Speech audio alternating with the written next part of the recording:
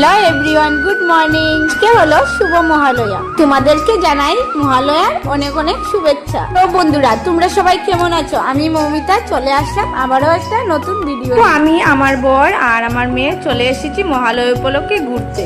যাওয়ার এতটাও ইচ্ছে ছিল না, তাও গিয়েছি কারণ আমার বর্মশাই বললো যে দেখো, বছর একটাই দিন, না গেলে কিন্তু পরে মিস করবে। এইদিকে দেখো আমার মেয়ে কিন্তু খুব এনজয় করছে, যেটা দেখে আমার খুব ভালো লাগছে। তারপরে ঘোরাঘুরি শেষ করে আমি একটু পুরি আর সবজি খেয়েছিলাম, আর পিয়াজ সবজি দুইটা প্যাকিংও নিয়ে নিয়েছি, কারণ এখন যাব আমরা একটু ননাসের ঘরে। কালকেই আমার ননাস বলেছিলেন যে ঘুরতে বের হলে কিন্তু আমাদের ঘরে আসবে, তো ভাবলাম একটু যাই। আর এদিকে দেখো আমার বর্মশাইয়ের কিন্তু দুইজন বন্ধুও চলে এসেছে, ওরাও যাবে আমাদের সঙ্গে আমার ননাসের ঘরে। আপনাদের ঘরে সবার জন্য মিষ্টি নিয়েছি, জিলেবি, আর আমার বাগনির জন্য পুরি আর সবজি নিয়েছি। আর দেখো আমরা চলে এসেছি আমার ননাসের ঘরে, আর এখানে আমার হাজবেন্ডের বন্ধু তারা দাঁড়িয়ে বলছিল যে ওই জায়গাটায় নাকি ওদের অনেক স্মৃতি জমে আছে। ওর দেখো আমরা গড়ে চলে আসলাম, আর গড়ে গিয়ে দেখলাম যে আমার ননাস আর আমার বাগনি ঘুমোচ্ছে। আমি গতকালকে বলেছি যে আমি ঘুরতে বের হব না, হঠাৎ করে দেখে একদম চমকে গিয়েছে। মেয়ে তো খুব খুশি, ওর দিদিকে ডাকছে, বলছে যে দিদি উঠ উঠ দেখ, আমি সবাইকে বলছে যে ও কি কি করেছে, কি খেলা করেছে,